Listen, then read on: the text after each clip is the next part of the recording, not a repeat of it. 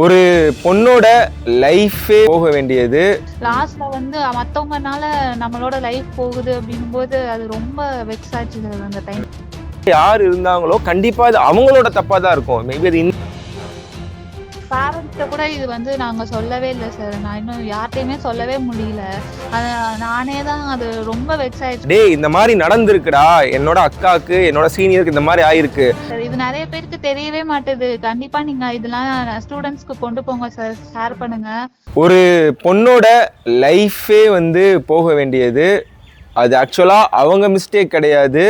இது IBPS exam நடத்துகிறவங்களோட மிஸ்டேக்னால ஒருத்தவங்களோட கெரியரே போக வேண்டியது. பட் கடவுள் இருக்கான் குமார் அப்படிங்கிறது மாதிரி அவங்களுக்கு ஒன்று போனாலும் இன்னொரு ஒன்று கிடச்சிருக்கு. ஆக்சுவலாக இந்த ஆடியோ கேளுங்க. ஹாய்மா. சார் சொல்லுங்க சார், எப்படி இருக்கீங்க சார்? நல்லா இருக்கேம்மா. ஏம்மா நேற்று வந்து ஐபிபிஎஸ்லேருந்து ஒரு நோட்டீஸ் வந்துருந்துச்சு. எனக்கு டக்குன்னு உங்கள் ஞாபகம் தான் வந்துச்சு. ஒரு 6 மந்த் முன்னாடி வந்து நீங்கள் ரொம்ப ஃபீல் பண்ணி அழுகிற மாதிரி பேசுனீங்களே. ஆக்சுவலாக என்ன வந்துருந்துச்சுன்னா, அந்த மாதிரி மால் ப்ராக்டிஸ் பண்ணியிருந்தாவோ, நீங்கள் எக்ஸாமில் வந்து ஏதாச்சும் நீங்கள் இந்த சீட் பண்ணி எழுதுனாவோ உங்களை வந்து ரிஜெக்ட் பண்ணிடுவோம், கடுமையான நடவடிக்கை எடுக்கப்படும் அப்படின்னு சொல்லியிருந்தாங்க. எனக்கு அப்போ டக்குன்னு உங்கள் ஞாபகம் வந்துச்சு. ஏன்னா அதை அவேர்னஸ் மாதிரி ஷேர் பண்ணலாம். ஏன்னா நல்லா ஞாபகம் இருக்குது. நீங்கள் ஐபிபிஎஸ் பிஓ ரிசல்ட் வந்தப்ப அதில் மால் ப்ராக்டிஸ்ன்னு போட்டுருந்துச்சுன்னு ரொம்ப மாதிரி அழுதீங்க. ஆமா சார். ஆக்சுவலா என்னாச்சு அப்படின்னா, அது எனக்குமே தெரியல. அந்த ஐபிபிஎஸ் பிஓ ரிசல்ட்ல தான் வந்துட்டு அப்படி இருக்கு ஒரு விஷயம் அப்படின்றது தெரிஞ்சிச்சு.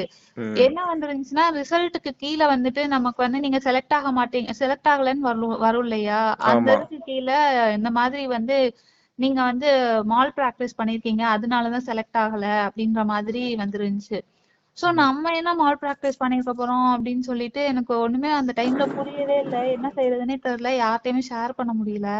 சரின்ட்டு கம்ப்ளைண்ட் ரைஸ் பண்ணதுலதான் தெரிஞ்சுச்சு, இது மாதிரி பக்கத்து சிஸ்டம்ல இருக்கிறவங்க அவங்களும் நானும் ஒரே ஆப்ஷன் போட்டிருக்கோம். சோ அதனால வந்து இது வந்து மால் பிராக்டிஸ்ன்னு கன்சிடர் பண்ணி.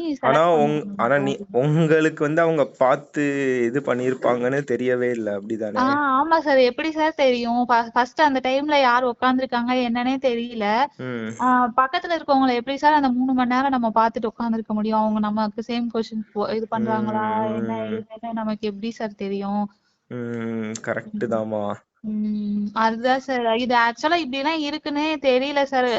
டைம் காட் நான் வந்து அந்த டைம் சார். ஆமா சார். இது நிறைய பேருக்கு தெரியவே மாட்டுது. கண்டிப்பா நீங்க இதெல்லாம் ஸ்டூடெண்ட்ஸ்க்கு கொண்டு போங்க சார், ஷேர் பண்ணுங்க. ஏன்னா அந்த டைம்ல ரொம்ப வெக்ஸா இருந்துச்சு. நம்ம அவ்வளவு எஃபர்ட் போட்டு எழுதி 3 மணி நேரம் உட்காந்து எழுதி பேரண்ட்ஸ கூட்டு போய் அவ்வளவு கஷ்டப்பட்டு எல்லாம் பண்ணிட்டு லாஸ்ட்ல வந்து மத்தவங்கனால நம்மளோட லைஃப் போகுது அப்படின்னும் போது அது ரொம்ப வெக்ஸ் ஆச்சு சார் அந்த டைம்ல. இல்ல இப்ப நானுமே யோசிச்சிருக்கேன். ஏன்னா இப்ப நான் பக்கத்துல முன்னால எக்ஸாம் எழுத டைம்ல பக்கத்து சிஸ்டம் வியூ ஆகும்.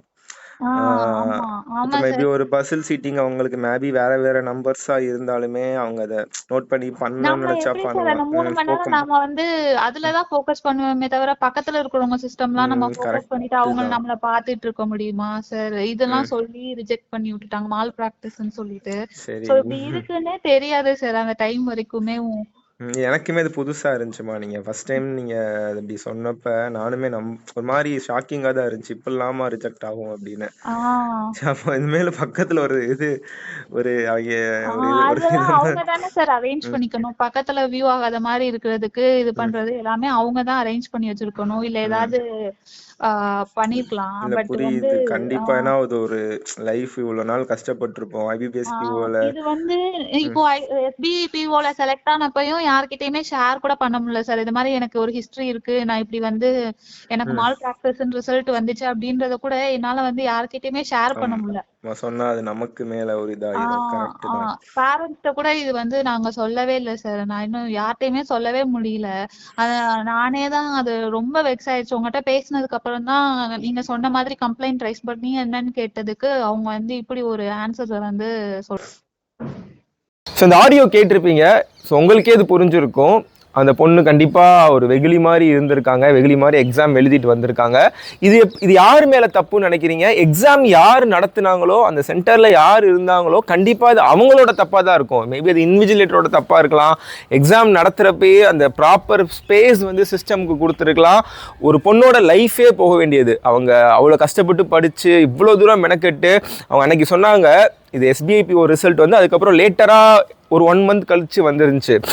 அப்போ அவங்க சொன்னாங்க, சார் நான் 90க்கு மேலே போட்டுவேன்னு தெரியும், நான் ஷாராக எக்ஸ்பெக்ட் பண்ணவே இல்லை. பக்கத்தில் இருந்த ஒருத்தவர் வந்து என்னோட ஆன்சரை பார்த்து அவர் அதே மாதிரி போட்டிருக்காரு. அதனால ஆன்சர்ஸும் அவங்களோட ஆன்சரும் என்னோட ஆன்சரும் மேட்ச் ஆனதுனால இப்போ நான் ரிஜெக்ட் ஆகிருக்கேன், செலக்ட் ஆக போடிய நான் ரிஜெக்ட் ஆகிருக்கேன் அப்படின்னு அன்னைக்கு வந்து அவங்க வந்து இப்போ இன்னைக்கு ஆடியோ நார்மலாக பேசியிருந்தாங்க. அன்னைக்கெலாம் அவங்களால பேசவே முடியலை. சார் எனக்கு என்ன பண்ணுறதுனே தெரில, எனக்கு அவ்வளோ ஒரு மாதிரி வெக்ஸாக இருக்குது, யார்கிட்ட சொல்கிறதும் தெரில அப்படின்னாங்க. பட்டு ஸோ வரக்கூடிய காலகட்டங்களில் நிறைய எக்ஸாம் வருது. எக்ஸாம் எழுத போகிற நீங்கள் வந்து கொஞ்சம் அவேராக இருங்க. ஏன்னா அவங்க வந்து ரொம்ப வெகுளியாக இருந்திருக்காங்க, அவங்களோட ரிசல்ட் போயிருக்கு. ஸோ நீங்கள் என்ன பண்ணுறீங்க அப்படின்னா, கொஞ்சம் நீங்கள் பார்க்குறப்ப இந்த மாதிரி உங்களோட பக்கத்தில் சிஸ்டம் வியூ ஆகுதுன்னா நீங்களே அந்த இன்விஜிலேட்டரை கூப்பிட்டு சொல்லுங்கள், டே இந்த மாதிரி நடந்திருக்குடா, என்னோட அக்காவுக்கு என்னோட சீனியருக்கு இந்த மாதிரி ஆயிருக்கு, நீ பாட்டுக்கு சிஸ்டம் அப்படி பக்கத்தில் நல்லா தெரிகிற மாதிரி வச்சுருக்க, அப்போ நீ என்ன இப்படி நடத்துகிறான், என்னை பார்த்து எழுதுனானா என்ன ஆகும் அப்படின்னு அந்த ஒரு மணி நேரம் முன்னாடி நீங்கள் கொஸ்டின் ரைஸ் பண்ணுங்கள். ஏன்னா அவங்க இன்விஜிலேட்டர் அந்த ஒருவேளை அன்னைக்கு வந்து அவங்க பார்த்துருந்தா அப்படின்னா கூட கண்டிப்பாக அலர்ட் பண்ணியிருக்கலாம். ஏன்னா எக்ஸாம் ஒரு ஒரு ஹால் இருக்குது அப்படின்னா ஒரு இன்விஜிலேட்டரால் முடியும், பார்த்து எழுதுறானா அவனோட பாடி லாங்குவேஜ் வச்சு ஒரு ஸ்டாஃபாக என்னால் கண்டுபிடிக்க முடியும். ஸோ மிஸ்டேக்ஸ் வந்து அவங்க சைட்லேயே இருக்கிறது அப்படிங்கிறதுனால நம்ம ஏதோ வந்து தப்பு பண்ண மாதிரி நமக்கு வந்து பின்னாடி வந்து இப்படி ஒன்று வரப்போ அது எவ்வளோ பெரிய இதாக இருக்கும். நம்ம கிளியர் பண்ணுறோன்னு பார்க்க வேண்டிய ரிசல்ட்டில் நீ வந்து ஃப்ராடு பண்ணியிருக்க, மால் ப்ராக்டிஸ் அப்படிங்கிறப்ப அந்த சிச்சுவேஷன் யோசிச்சு பாருங்கள் எவ்வளோ கஷ்டமாக இருக்கும் அப்படின்னு.